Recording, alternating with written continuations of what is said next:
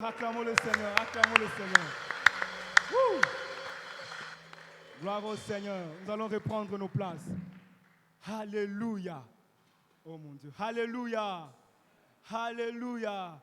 Quelqu'un sent la joie du Seigneur cet après-midi? Quelqu'un ressent la joie, la paix, l'amour du Seigneur? Est-ce que tu peux encore l'acclamer? Acclamons le Seigneur. Ne nous fatiguons pas. Il mérite cela. Il mérite cela.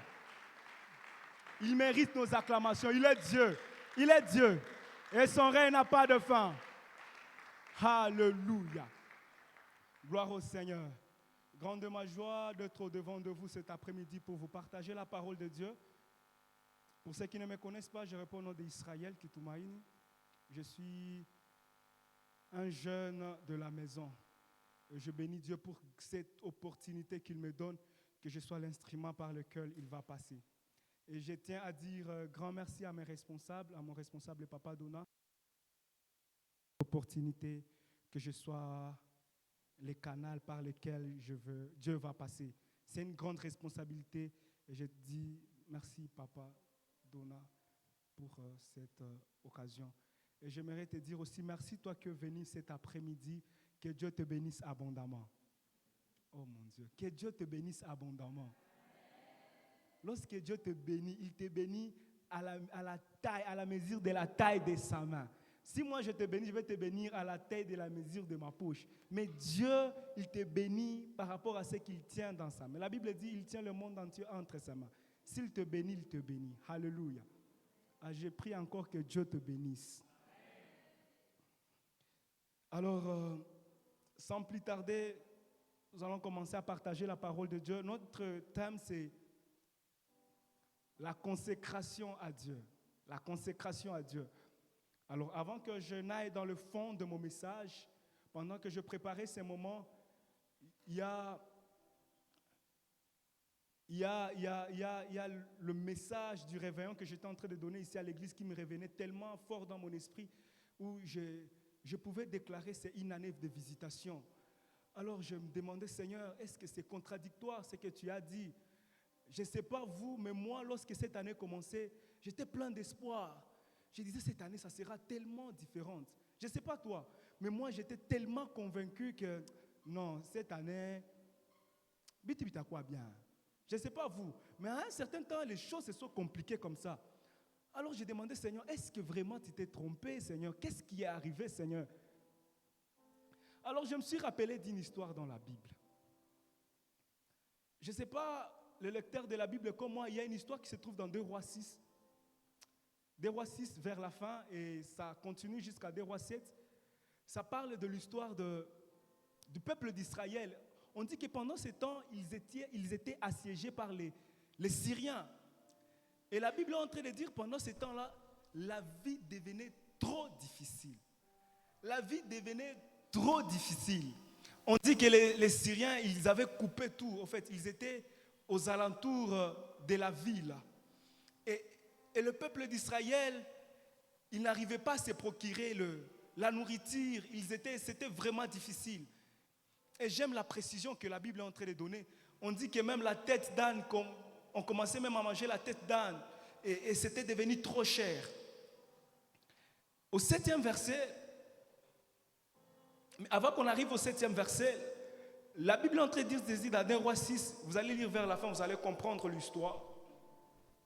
On dit qu'il y avait 2 mamans.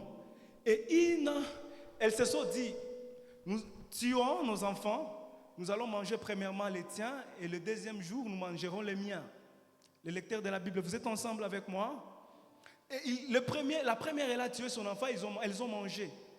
Et c'était arrivé le tour de deuxième. La deuxième a refusé et pendant qu'elle se chamaillait, le roi passait, on dit sur le mirail. Elle a dit, qu'est-ce qui se passe? Elle a dit, celle-ci, elle a dit que nous puissions manger nos enfants et lorsque ça arrive à son tour, elle refuse. Et le roi était très furieux, on a dit qu'il déchira ses vêtements. Ce n'est pas là que se trouve mon histoire. Au 7e verset, ça commence que lorsqu'ils sont partis voir le prophète Élisée, le prophète Élisée a déclaré certaines choses. Il a dit, demain. Imaginez, l'histoire se passe aujourd'hui, la vie est compliquée, tout est anormal. Donc, on commençait même à manger la tête d'âne. Ce qui n'était même pas, pour les enfants d'Israël, c'était comme Uruma, ce n'était pas quelque chose de bon. Le prophète a dit, demain, même heure, la farine va coûter un cycle, je pense, si je me rappelle trop bien. Et la chose s'est faite telle que le prophète l'a dit.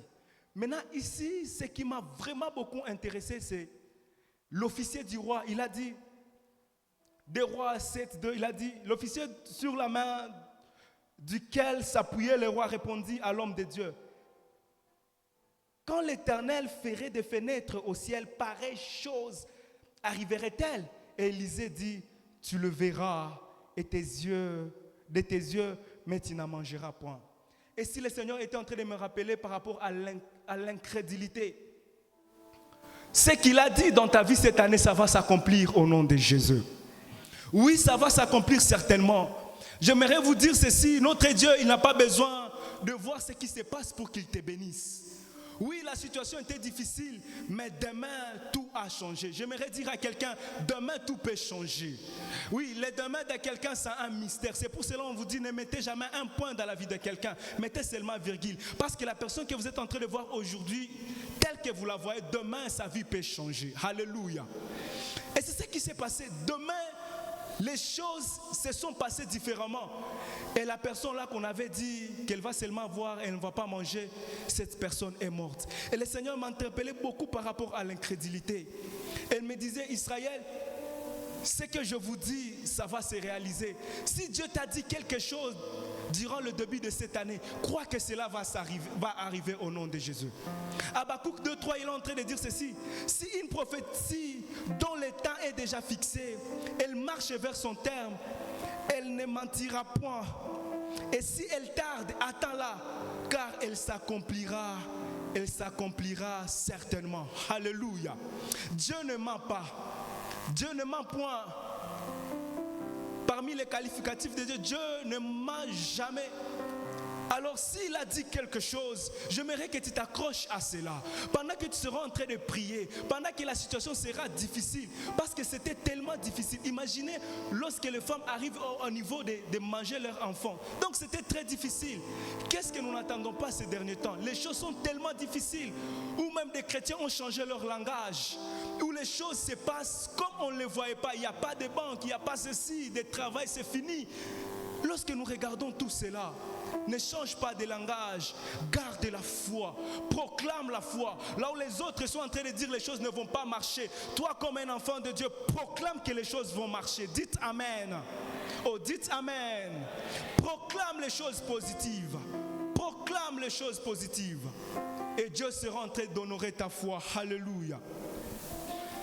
Et pendant la veille, j'étais en train de parler même du temps de Dieu. Et je disais qu'il y a un temps de Dieu qu'on appelle Kairos. Et je disais c'est le temps marqué par Dieu. Toute chose sur cette terre a une fin. Peu importe, les gens disent, peu importe la durée de la nuit, le jour finit par apparaître. Donc toute chose a une fin. Ce que nous traversons pour le moment a une fin. Donc j'aimerais vous dire ceci. Le temps où Dieu a marqué pour que ces choses finissent, ça va finir. Et j'aimerais vous dire ceci. Dieu ne vient jamais en retard ni en avance. Il vient en son temps. C'est pour cela, garde la foi. Enfant de Dieu, garde la foi. Garde l'espérance. Proclame la foi. Alléluia. Alléluia. Oh mon Dieu, aujourd'hui vous êtes trop forts. Alléluia. Garde la foi. Il ne vient ni en retard, ni en avance, mais il vient en son temps. Et je vous ai dit l'autre fois, pourquoi Dieu prend le temps de nous dire en avance? C'est pour que lorsque tu verras l'accomplissement, que tu bénisses le nom de l'Éternel. Lorsque pendant ce temps, Dieu t'a dit les choses au début de l'année, nous passons pendant le temps sombre. Lorsque tu verras cela, que tu dises oui, certainement Dieu me l'avait dit. Et tu auras un grand témoignage. Tu auras quelque chose à témoigner à Dieu. Et ta foi sera encore solidifiée. Alléluia. Alléluia. C'est après avoir traversé le désert que tu peux chanter comme Anne. Tu peux chanter comme la prophétesse, j'oublie un peu le nom, la sœur à Moïse. Elle a composé un cantique lorsqu'ils ont traversé la mer Rouge. La Bible dit qu'elle a composé un cantique. Alléluia. Alors, pendant que nous sommes dans ces moments sombres, Nous traverserons certainement la mer Rouge et tu auras un cantique à chanter pour l'Éternel. Et la deuxième chose, j'étais en train de dire, c'est que, afin que tu ne dises pas ce sont tes idoles. Pendant ce temps où il n'y a pas peut-être de connexion, quand je parle de connexion, je vois des personnes autour. Tu n'as personne pour contacter, ou tu te dis toutes les portes sont fermées. Mais j'aimerais te dire, lorsque tu verras l'accomplissement, tu vas rendre la gloire à Dieu, à lui et à lui seul. C'est pour cela que Dieu prend le temps de te le dire en avance. La troisième chose, c'est que, enfin, lorsque tu seras en train de prier, que tu pries efficacement.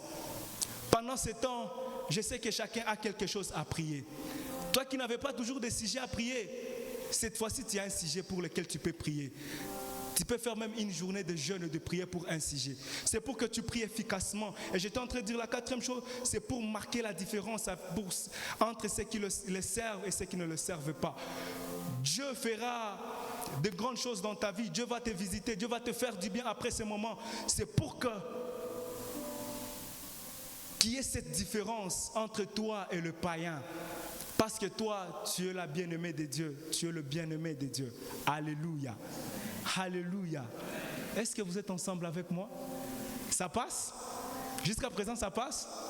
Manifeste comme ça. Ça passe? Amen. Et j'étais en train de comprendre tout ceci, c'était la prophétie. C'était une prophétie que Dieu était en train de dire à Habakkuk. Lorsque les choses tardent, attends-la car elle s'accomplira certainement.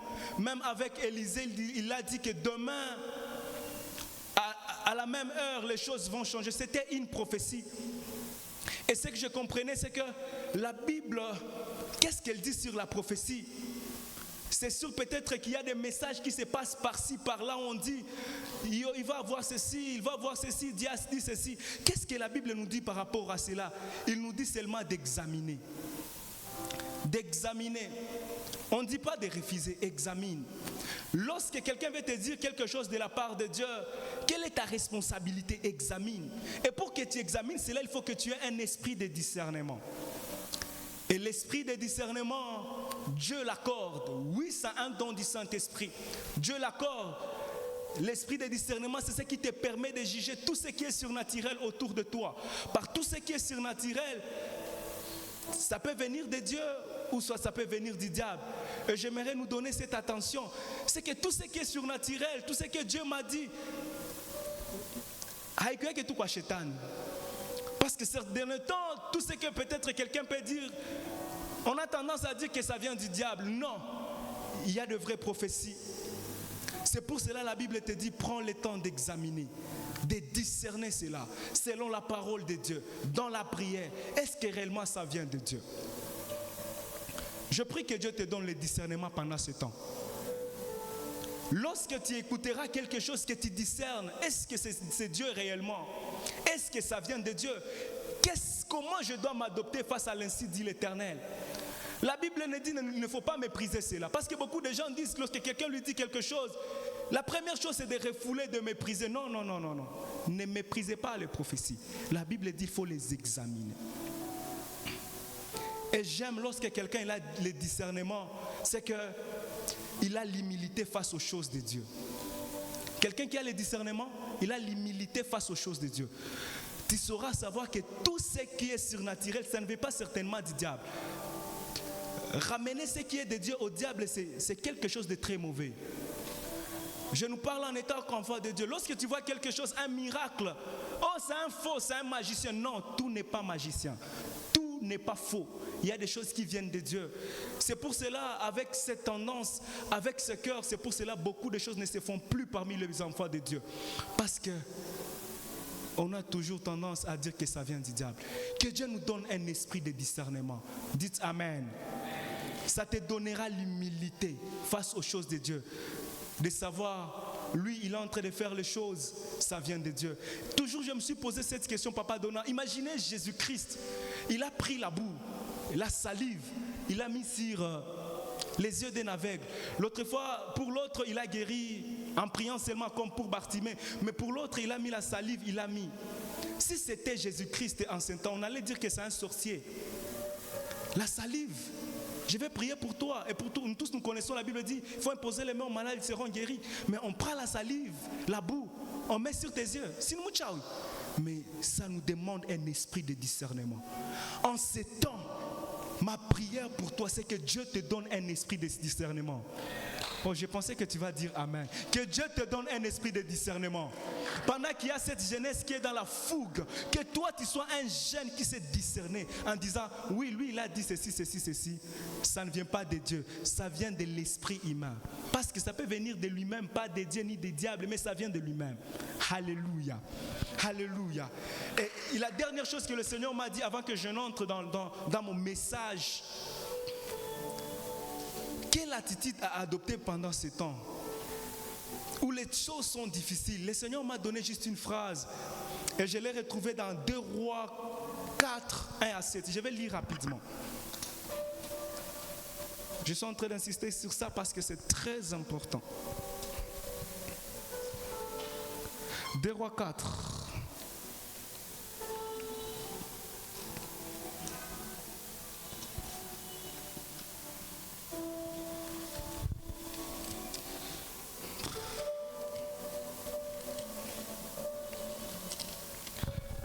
Alors, 2 Rois 4, je vais lire du 1er au 7e verset.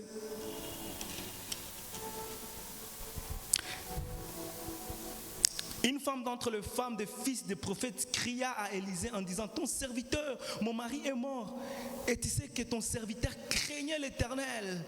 Or, le créancier est venu pour prendre mes 2 enfants et en faire ses esclaves.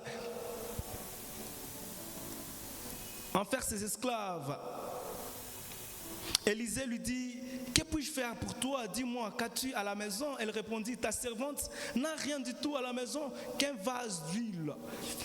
Et il dit, va demander au dehors des vases chez tous les voisins. Dans d'autres versions, on dit, va emprunter chez tous tes voisins des vases vides et n'en demande pas un petit nombre.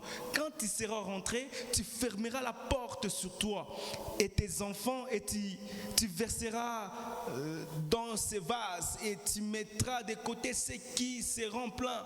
5. Alors elle les quitta. Elle ferma la porte sur elle et sur ses enfants et il lui présentait les vases et elle versait. 6. Lorsque les vases furent pleins, elle dit à son fils, présente-moi encore un vase. Mais il lui répondit, il n'y en a plus de vase. Et l'huile s'arrêta. Et elle les rapporta à l'homme de Dieu. Et elle dit, va vendre l'huile que tu payes ta dette et tu vivras, toi et tes fils, de ce qui te restera. Amen. Alors quelle attitude à adopter pendant ces temps de crise? Vous avez remarqué dans cette histoire, cette femme traversait des moments difficiles et elle avait les dettes. La Bible dit que son mari craignait Dieu. En fait, c'était un enfant de Dieu, son mari c'était un serviteur de Dieu. Donc, sûrement que sa femme aussi craignait Dieu. C'était une servante de Dieu. Mais j'aime ce que l'homme de Dieu a dit à cette femme. Va emprunter le vase. Et pendant ce temps, le Seigneur m'a dit de te dire ceci. Pendant ce temps, quelle attitude adopter? Va emprunter le vase. Alléluia. Va emprunter le vase. Et j'étais en train de comprendre certaines choses. La dimension de ta foi sera proportionnelle au nombre de vases que tu vas emprunter. Oui, tu as de l'huile. L'homme de Dieu t'a dit, va emprunter le vase. Oui, quelque chose de bon t'attend. Mais pendant ce temps, va emprunter le vase, pas en petit nombre. Si tu sais que Dieu va te visiter, tu dois vraiment emprunter le vase. Tu vas le comprendre par la suite. L'huile est déjà là. Mais ta responsabilité d'emprunter le vase. Et les vases, je l'ai compris, les vases peuvent être de bonnes relations. Les vases peuvent être de bonnes relations. Pendant ces temps où nous sommes dans des moments difficiles, cherche à entretenir de bonnes relations. Cherche à garder de bonnes relations. Ce n'est pas le temps de se critiquer, ce n'est pas le temps de s'indexer, mais c'est le temps de garder de bonnes relations, de créer de nouvelles relations. C'est sûr, cette femme avait de bonnes relations avec son entourage. Si elle pouvait à partir emprunter un nombre de vaches chez ses voisines, donc elle avait une bonne relation. Et le Seigneur te dit cet après-midi, emprunte le vase de la bonne relation. De bonnes relations autour de toi. De bonnes relations autour de membres de l'église. Lorsque la visitation de Dieu viendra, tu seras bien disposé à la recevoir. Dites Amen. Dites Amen. Va emprunter le vase de la bonne relation. Et j'étais en train de comprendre, partage l'amour, partage le pardon. Pendant ce temps où les choses sont difficiles, sois quelqu'un de compréhensif. Oh, sois compréhensif envers tes parents, envers tes collègues, envers ton boss. Les choses ne sont pas bien. Il ne te paye pas, ne sois pas là pour les critiquer derrière son dos. Non! Sois compréhensif pendant ce temps de bonnes relations. Et une autre chose que je comprenais, la Bible est en train de dire, on a dit enferme-toi dans ta maison, enferme-toi. J'ai compris que pendant ce temps, tu dois être discret. Dites après moi la discrétion. Et le Seigneur me faisait comprendre au niveau familial.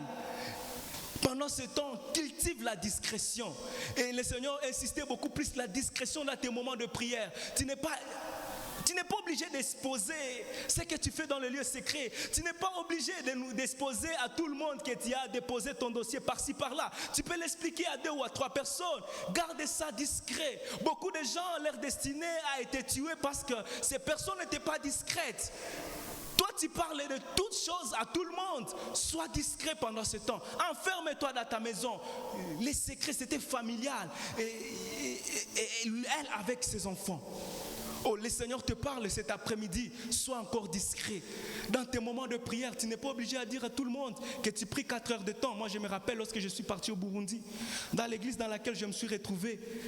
J'étais tellement intimidé, je vous assure. Ces jeunes-là, non, c'était compliqué. En fait, lorsqu'on arrivait à l'église, c'était lorsque peut-être on pouvait être ensemble. Elle ne faisait que dire que moi, je priais 6 heures de temps, 8 heures de temps. Et puis moi, je me demandais, moi, je viens de God, je me dis, Seigneur, moi, je ne prie pas tout ce temps. Et puis, j'étais dit, ça, c'est quoi? Et c'était ça leur vie. Oh, j'ai vu ceci. Lui, il est sorti dans mes mains. En fait, c'était pas obligé de dire tout ce que tu fais, ce qui se passe dans les secrets avec Dieu. Oh, j'aimerais dire à quelqu'un, sois discret. Ça, c'est un message pour une fille. Sois discrète. Dites Amen. Dites Amen. Oh, dites Amen. Oh, c'est les Amen. Les filles, dites Amen. Sois discrète. Tu n'es pas obligé de dire à tout le monde que quelqu'un te court derrière. Tu peux être discrète et tu présentes cela à Dieu. Et j'ai compris une chose. L'huile s'arrêtera lorsqu'il n'y aura plus de vase. J'ai dit, c'est le niveau de ta foi qui te permettra d'aller chercher des vases, à t'entourer de la discrétion, à aller emprunter le vase des bonnes relations. L'huile s'arrêtera lorsqu'il n'y aura plus de vase. Et j'ai compris la dernière chose, Dieu ne déversera jamais l'huile sur la terre, il attend seulement des vases. Et la dernière chose que j'ai compris, c'est que le vase peut être ton cœur. Oui. Tu dois avoir un cœur disposé. Dieu attend que tu aies un cœur disposé. Que tu disposes ton cœur totalement. S'il y a des compartiments dans le cœur, dispose tous les compartiments à recevoir l'huile. Afin que tu vives la bénédiction de Dieu. Acclamons le Seigneur. Non, acclame le Seigneur très bien.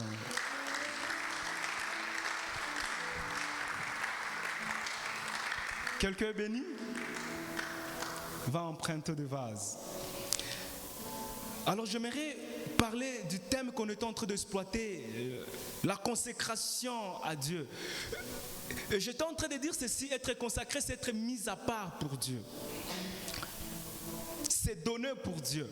C'est privé pour Dieu. Et j'étais en train de dire plus profondément, ça veut dire la sanctification.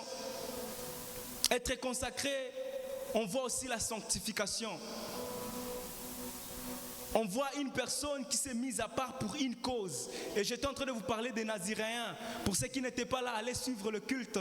Ça se trouve sur Internet, sur YouTube. Vous allez suivre tout le culte parce que je n'ai pas le temps de reprendre tout. Parce qu'il faut que je finisse cette partie et compris. Par la grâce de Dieu, je vais continuer le jeudi prochain. Acclamons le Seigneur.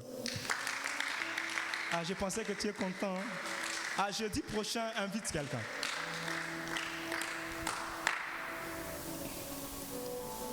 Et j'étais en train de dire ceci par rapport, j'aimerais juste récapituler un peu pour ceux qui n'étaient pas là, pour que nous soyons tous au même niveau. On était en train de parler des Naziréens, on était en train de dire que c'était des personnes qui s'étaient mis à part pour une cause. On dit qu'ils ne se coupaient pas de cheveux, ils laissaient croître leurs cheveux, ils ne buvaient pas de la boisson enivrante. Et ils avaient l'abstention de toucher tout ce qui est mort. Et on était en train de dire de vérité, des leçons que j'étais en train de tirer par rapport à ces Naziréens. C'est que Dieu élit une minorité, toujours une minorité, pour atteindre la majorité. Et on était en train d'expliquer sur beaucoup de choses. Et la deuxième chose, je disais, il est impossible de marcher avec Christ, avec Dieu, en étant un enfant de Dieu, sans se consacrer, sans la sanctification. Sans la sanctification. Et on est en train de donner l'histoire de David. Et le troisième point que je serai en train de développer cet après-midi,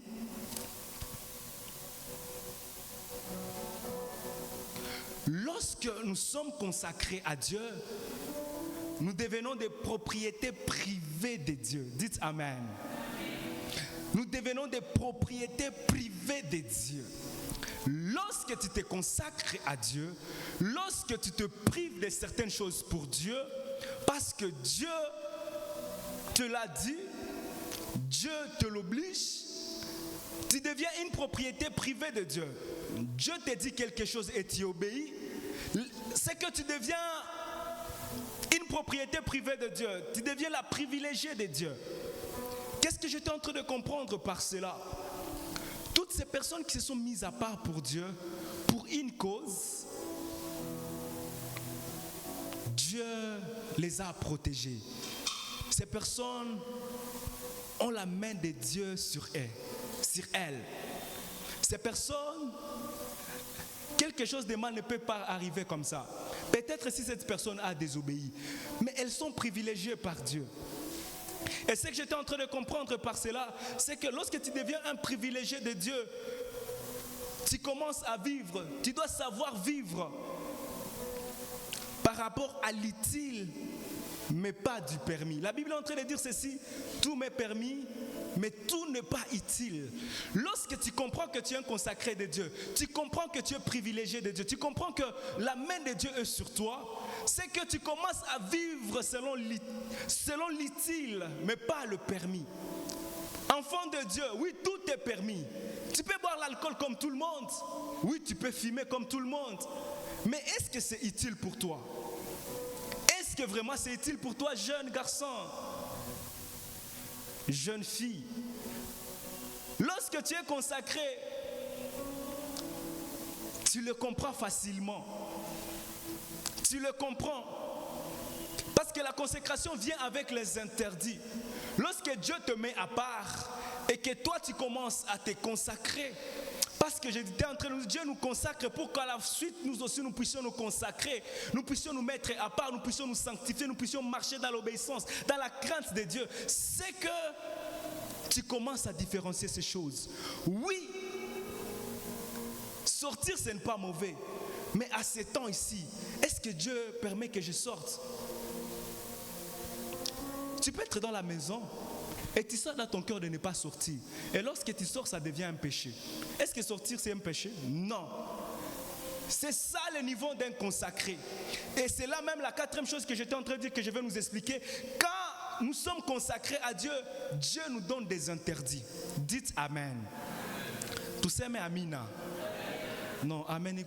Tout ça, mais Amen. Enfant de Dieu, consacré pour son œuvre, mis à part pour Dieu. Parce que j'étais en train de dire ceci, personne n'est spectateur dans l'œuvre de Dieu. Ce n'est pas comme dans l'ancienne alliance où il y avait certaines personnes qui servaient Dieu, d'autres étaient seulement le peuple. Non, dans la nouvelle alliance, lorsque nous donnons notre vie à Jésus-Christ, nous sommes tous serviteurs de Dieu. J'étais en train de dire, nous sommes une race élie, un peuple acquis, un sacerdoce royal. Donc toi aussi tu fais partie des consacrés de Dieu. Lorsque je suis en train de parler de consacrés, ne regarde pas ce message comme pour d'autres personnes. Non, c'est pour toi. Si tu as déjà donné ta vie à Jésus, ce message te concerne. Donc, si ce message te concerne, tu dois comprendre ceci. Des interdits sont inévitables dans ta vie. Tout m'est permis, mais tout n'est pas utile. Consacré de l'Éternel. Oui, tu es appelé à quelque chose, ce qui est sûr.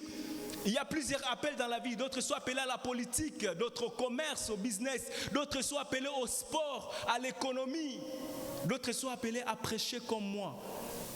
Au ministère, peut-être toi tu ne te mettras pas ici pour prêcher, mais ce qui est sûr, dans ta vie, lorsque tu es consacré à Dieu pour un objectif défini, lorsque Dieu veut que par toi, que les gens soient impactés, que ce soit à ton bureau, que ce soit au marché, Dieu te dira certaines choses à ne pas faire. Est-ce que jusqu'à présent nous sommes en train de nous attendre? Oui, il y a certaines choses que Dieu te dira de ne pas faire. Parce que toi, tu portes la grâce de Dieu sur toi. Tu as l'investissement de Dieu sur toi. J'aime ce que Papa Donat disait ici l'autre fois. Personne n'est venu vide. Lorsque tu donnes ta vie à Jésus-Christ, il y a un dépôt de Dieu dans ta vie. Donc, pour que le dépôt de Dieu soit bien sécurisé, Dieu mettra dans ta vie des limites. Oui, consacré de l'Éternel. J'aimerais que cette phrase retentisse dans ton cœur. Tu n'es pas obligé de faire comme tout le monde. Toi, tu ne peux pas faire comme tout le monde. Il y a certaines restrictions sur ta vie. Et pendant que je suis en train de parler de ces choses, tu es en train de te retrouver. C'est sûr que Dieu t'a déjà dit de ne pas faire ceci, mais toi, tu continues à le faire. Tu continues à t'entêter. Pour toi, peut-être, Dieu t'a dit de ne pas te tresser. De ne pas t'habiller peut-être n'importe comment. Est-ce que s'habiller c'est un mauvais? Non, mais Dieu te dit, pour toi, pour se terminer, il faut que tu te comportes comme ça, comme ça, comme ça, pour que autour de toi des gens soient gagnés à Christ. Ah oui, je me rappelle d'une histoire, l'histoire des missionnaires. L'histoire dit ceci, qu'il y avait un missionnaire qui était venu, je pense, il venait de l'Europe pour venir en Afrique. Et l'histoire raconte que lorsqu'il voulait commencer à prêcher, Dieu lui a dit non, toi ne prêche pas, vis seulement. Vis seulement. Et il a vécu dans un milieu de personnes vraiment hostiles. Il a seulement vécu. Et lorsque son temps était fini, il était rentré. Et l'histoire continue. D'autres missionnaires sont venus. Ils ont commencé, Dieu les a dit de commencer à prêcher. Et lorsqu'on leur disait, lorsqu'on parlait, je pense que c'était au Pygmée, on leur parlait de Jésus-Christ. On a dit, ce monsieur, il habitait là-bas. Il habitait là-bas. C'est Jésus-Christ que vous nous parlez, il habitait. Ils ont montré sa maison. Pourquoi? Parce que la vie de cet homme, son style de vie, c'était un style de vie de quelqu'un qui était consacré à Dieu. Il a compris les interdits de Dieu et il a vécu comme ça. Tu es chrétienne, mais toi tu vis comme tout le monde. Ça ne se fait jamais. Quel Jésus-Christ tu pries? D'autres personnes, Dieu les a dit depuis le début de cette année, tu vas commencer à jeûner. Tel jour tu vas commencer à jeûner, mais jusqu'à présent tu t'entêtes. Tu es serviteur de Dieu, tu es servante de Dieu. Et tu veux que dans ta vie qui est l'impact, il n'y en aura pas. Sans prophétie, j'aimerais te dire, il n'y en aura pas. Tous ces grands hommes qui sont venus impacter nos vies, qui sont venus ouvrir des communautés ici, ils sont venus, ils ont laissé leur confort pour venir se consacrer. Ils ont accepté de se priver. Nous sommes là. Nous sommes le fruit des personnes qui se sont consacrées. Si toi tu veux aussi que tu marques ton temps, que les gens autour de toi soient impactés, accepte de te consacrer, accepte de te priver. C'est pour ton bien. Lorsque Dieu te dit de laisser ses petits amis, c'est pour ton bien. Il te prépare quelqu'un de mieux. Et il sait que pour ce moment, tu dois te concentrer à Dieu, tes études. Dites Amen. Oh mon Dieu. Est-ce que je suis à un bon endroit? Dites Amen. Oui, c'est pour ton bien. Des interdits dans ta vie. Qu'est-ce que Dieu t'a dit? En fonction des interdits que tu peux me dire qui sont sur ta vie, je peux te dire là où tu es en train de partir avec Dieu. De ce que tu portes dans ta vie. Qu'est-ce que Dieu t'a dit jusqu'à présent tu continues à t'entêter? Ça peut être pour une saison, ça peut être pour toute la vie. Dieu peut te dire pendant 6 mois. Moi je me rappelle d'un frère avec qui on était au Burundi. Dieu lui a dit pendant un temps, toi tu dors par terre. Mon Dieu, il a fermé son lit, il l'a mis à côté, il dormait par terre. Pendant 2 ans, il cherchait Dieu. Qu'est-ce que Dieu t'a dit jusqu'à présent, tu continues à résister à ton cœur? Consacré de l'Éternel, tu veux marquer ton temps, tu veux impacter, tu veux que Dieu t'utilise. Peu importe le domaine. Quand je parle de l'utilisation de Dieu, ne regardez pas seulement prêcher. Non, vivre seulement comme Christ. Tu dois avoir des interdits dans ta vie. Sinon, tu ne vas pas impacter. Tu n'iras pas loin. même dans d'autres domaines, que ce soit les sports, que ce soit les catch, que ce soit même dans le business. Ces hommes-là se consacrent pour un moment. Des occultistes. On peut lui dire, pour que tu aies une telle somme d'argent, enferme-toi dans la chambre avec un serpent pendant 10 jours. Tu vois comment c'est difficile. Ces gens vivent des expériences. Ils vivent des expériences. Allez écouter leurs témoignages. On peut lui dire, entre dans la chambre pendant 5 jours. Tu es avec un grand serpent là-bas. Et tu vas voir comment il va sortir là-bas. Il a la célébrité. Tu le vois, il est en train de chanter. Même nous tous, nous connaissons leurs chansons. N'est-ce pas ça? Que tu le veuilles ou pas, tu écouteras telle musique. Que tu le veuilles ou pas. Ces gens-là paient le prix. Consacrés de l'Éternel. Paient le prix.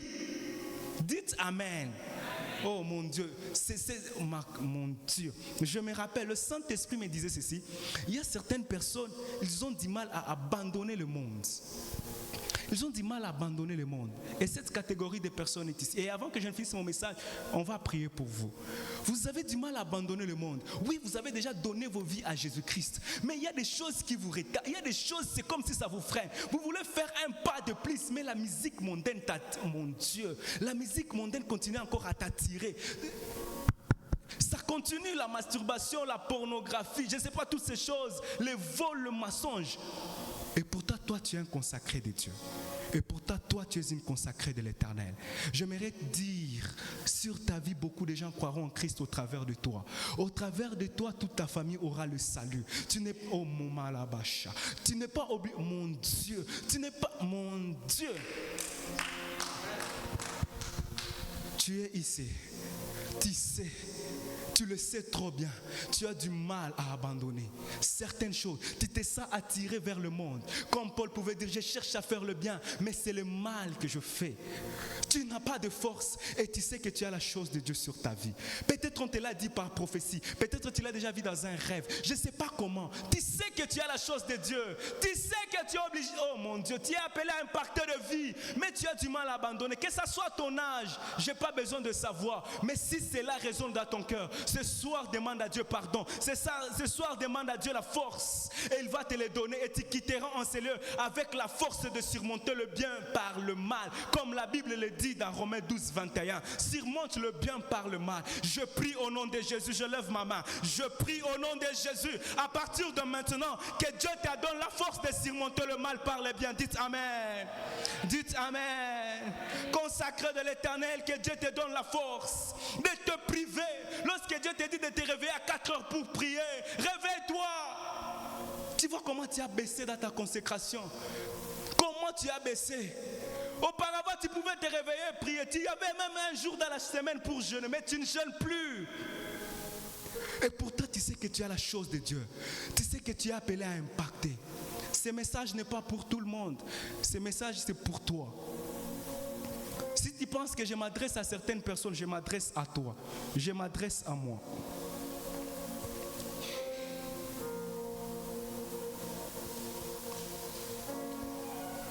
Et les interdits qui sont à ta vie sont liés à ton appel.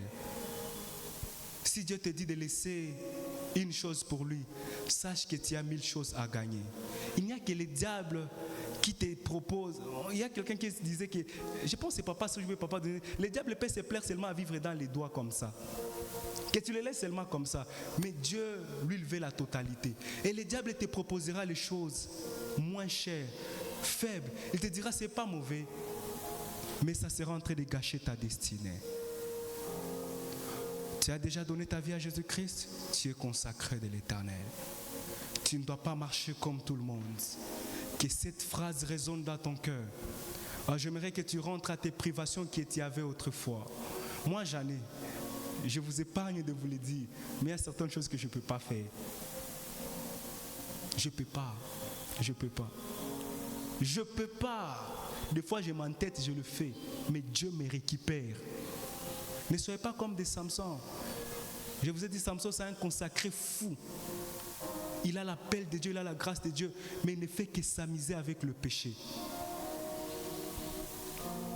À l'école, comment tu vis? Est-ce que tu vis comme un consacré à l'Éternel? Ou bien tu vis comme tout le monde? Est-ce que dans ta vie, on peut différencier le permis et l'utile? Cet après-midi, le Seigneur te parle. J'aimerais m'arrêter par là, je vais continuer à la prochaine.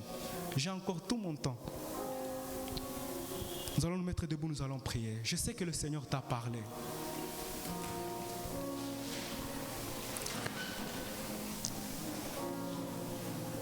Na pesi nyoso na yo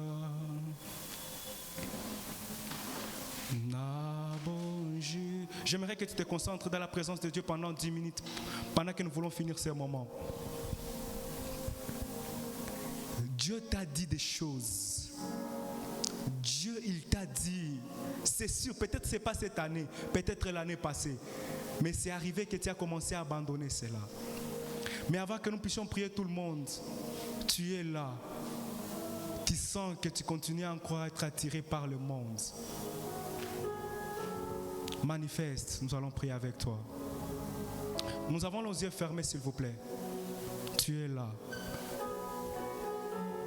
Tu sens être attiré par le monde. Normalement, tu devrais être loin avec Christ. Est-ce qu'on peut fermer tous nos yeux, s'il vous plaît? Tu es là, élève ta main, élève ta main. Merci. Tu te sens attiré.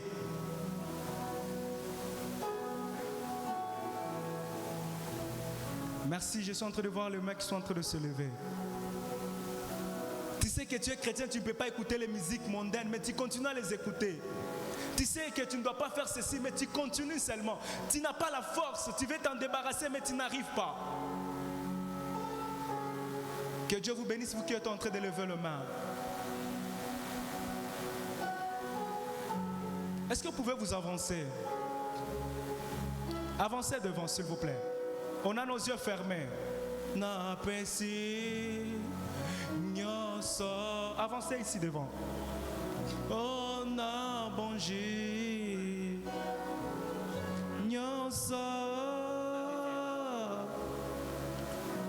Na bombe le côté. Na bombe le côté.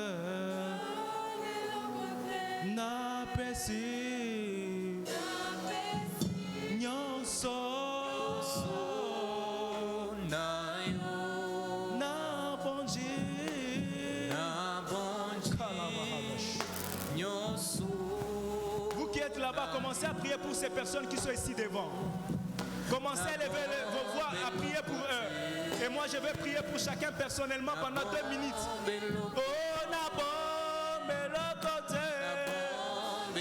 Na bombe le côté. Na bombe le côté. Na pesi. Na pesi. Nyoso. Na yo. Belo na pesi. Na pesi. Nyoso na yo, na bombe lo côté, na bombe lo côté, na bombe lo côté, na bombe lo côté, na pesi, nyoso na yo. Na pesi, nyoso na yo, na bombe lo côté, na bombe lo côté, na bombe lo côté, nyoso ya yo, na bombe lo côté, oh na pesi, na pesi.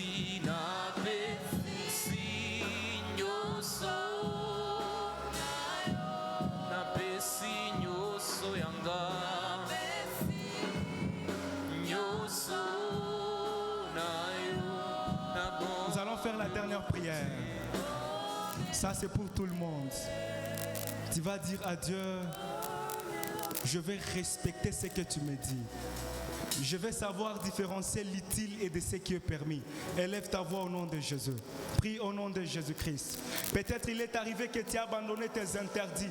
Dieu t'avait dit quelque chose, peut-être de faire la lecture de la Bible pendant toute l'année, mais tu as abandonné. Dieu t'a dit d'étudier la Bible, mais tu as abandonné. C'est le temps de prière. Demande à Dieu pardon. Je sais que tu es là. Dieu t'a dit quelque chose, d'étudier la Bible, de faire ceci.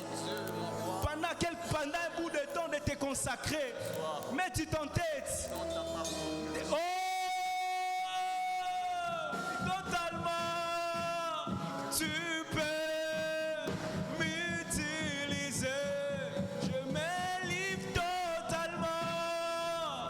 Oh Jésus, merci Seigneur Dieu de gloire pour ton peuple. Je prie au nom de Jésus cet après-midi, ô Éternel, pour ces messages, ô Éternel, pour le cœur qui viennent d'écouter ta parole. Que cette parole produise des fruits qui vont demeurer. Oh Rabash.